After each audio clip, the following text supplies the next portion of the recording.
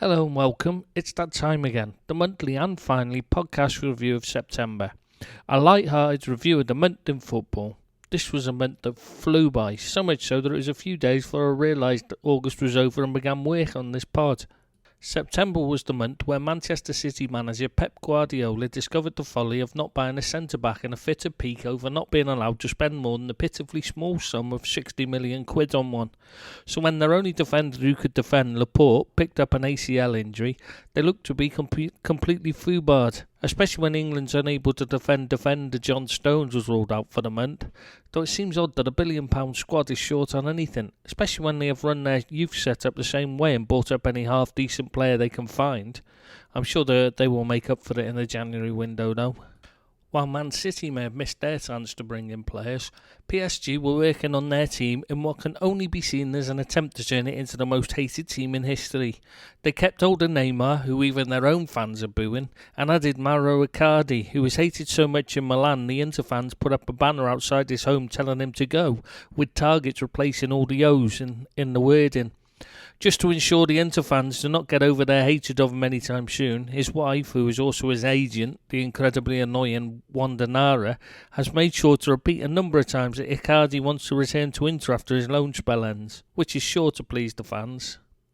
Speaking of Inter fans, and they managed to go above and beyond the pale in a month full of racist abuse, with Peter Beardsley suspended for racist comments to youth team players at Newcastle United, and Italian TV pundit Luciano Passarani sacked for making racist comments on air.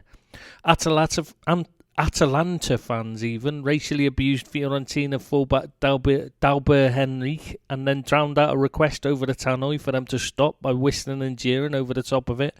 All the while, the managers of Fiorentina and Atalanta must have been stood around with their fingers in their ears saying la la la at the top of their voices, as both claim to have heard nothing. But Inter Milan fans managed to take it that one step further backward as they defended Cagliari fans who racially abused their own new forward Lukaku. Inter's new forward, not Cagliari's. The Inter fans actually called it a sign of respect. Sadly, the Italian FA agreed with them and cleared Cagliari of any wrongdoing, but they did fine them €5,000 for throwing plastic bottles onto the pitch.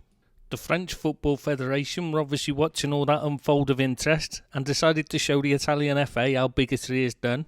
So after handing his beer to the Italians to hold, the French Football Federation president Noël Le Graët told referees in France to ignore the FIFA directive to stop games due to homophobic chants. He genuinely said it was okay to stop games for racist abuse or fights, but not for homophobic abuse. Another win for tolerance there then. Poor Bury fans were hit with even more bad news. Not only had they been kicked out of the Football League, but they were then denied re-entry to League 2 for next season. On top of that, the police confirmed that they were investigating the club for fraud. Though I suppose that last bit is hardly a surprise. Everyone knew something dodgy was going on there. When Steve Dale took charge for just £1 and then refused big offers to sell up, even though he admitted he didn't have the money to keep it going. It didn't really take Sherlock Holmes to deduce that there might be reasons he didn't want to walk away with a huge profit. Emre Can made a few headlines after being upset about being left out of Juve's Champions League squad, along with Mandzukic for this season. It does seem particularly ironic in Can's case, though, as one of the things he mentioned on joining Juventus on a free as a reason for leaving Liverpool was a desire to win the Champions League. Not only did his former club go on and reach the final 2 years in a row without him and win it once, but now he can't even get into the competition at all. Don't worry, Emre, you still have that H&M modelling contract to fall back on, mate. There was massive news in Qatar as they rolled out all their big gun presenters and pundits to discuss the big unveiling of their new 2022 World Cup logo. The only problem was no one gave a flying fudge about it other than them. Though it was quite funny seeing the hairy gorilla and his mate Andy Gray trying to get the likes of Desai excited by a chat about World Cup logos of the past and where the new one ranked amongst them. Personally, I'd be hard-pressed to even recognise a World Cup logo, but there you go. I suppose that Qatari oil money can quickly refresh a memory on any subject. At long last, after a number of complaints from other clubs and proposed court action from Middlesbrough owner Steve Gibson, the Premier League and EFL have begun investigating to see if the sales of Villa, Derby, Wednesday and Reading stadiums have breached FFP regs. Hard to believe there could be anything shady about Derby's owner buying the stadium off the club for more than twice its value according to the accounts, specifically to ensure they don't fail the FFP test. Seems perfectly reasonable to me, and not at all against the spirit of the regulations. And we know what a fine upstanding pillar of the community Derby is. It is hard to believe they would ever condone anything which could be even slightly on the edge of propriety. Sporting CP's president revealed why Spurs failed in their pursuit of Bruno Fernandes in the summer.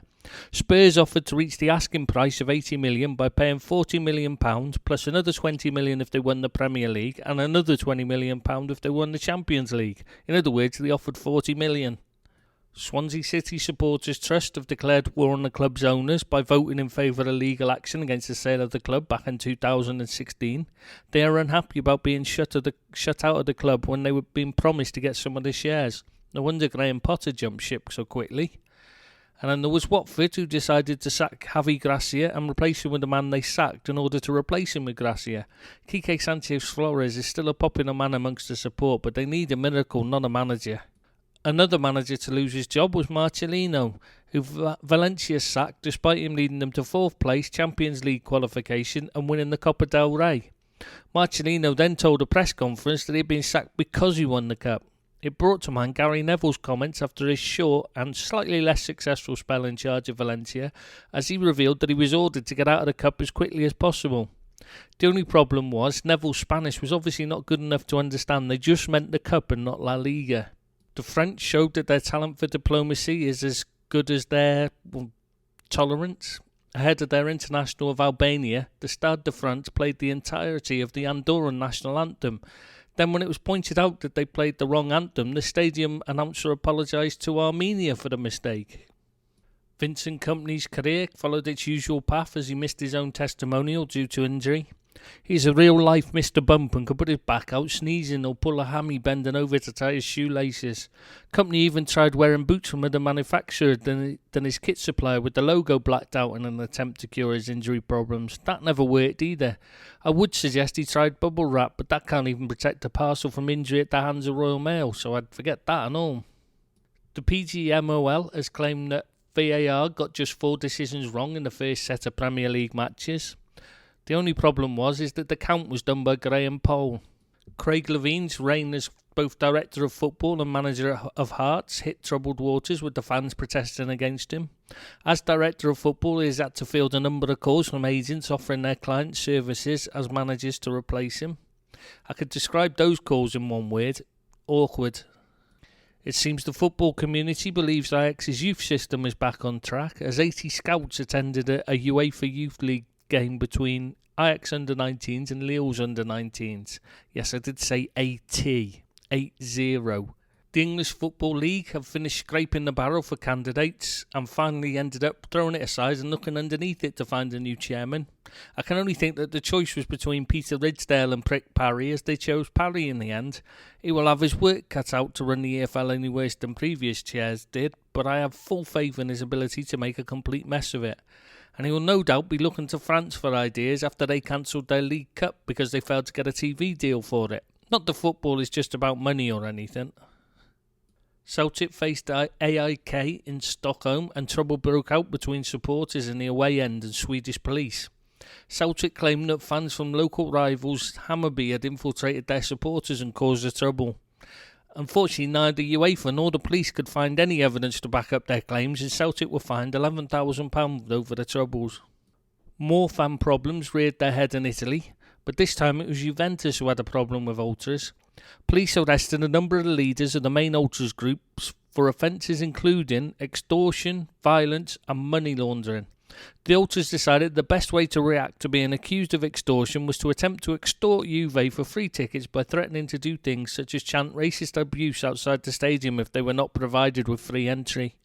Speaking of extortion, could that explain how Granit Xhaka managed to get himself named as Arsenal captain during September? How many compromising photos must this man have just to get into the team, but to become captain? I just don't even want to think about what kind of dirt he must have over his teammates to get them to vote for him. Barcelona were hit hard for their illegal approach to Antoine Griezmann, which saw them pick him up for much less than his original buyout clause. Barcelona saved themselves 80 million by tapping him up and then waiting for the clause to drop to 120 mil. So the RFEF, Spanish Football Federation, will be sure to come down like a ton of bricks on them. At least that is what I thought before they announced that they would fine them just €300. Not even 300,000, just 300. Makes you wonder exactly how many compromising photos there are in the world of football. That is not even a slap on the wrist. It is more of a tickle to the ribs to send Barcelona off laughing. Though I'm quite sure no one connected with Atletico was laughing. It must be said that the Spanish FA have done themselves no favours at all in September.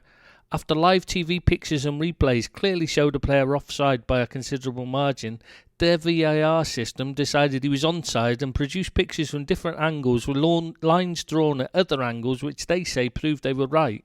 That led to a row between the RFEF and Media Pro, with the TV company accused of doctoring the pictures. It does make you think back to those original pictures produced in England with the squiggly line that they said was not the proper pic used and was accidentally released to TV. Why was it even made in the first place? And finally, there was a match in the National League in England, the 5th tier, between Yeovil Town and Bromley, where there was a total of 8 red cards shown, yet not one player received his marching orders.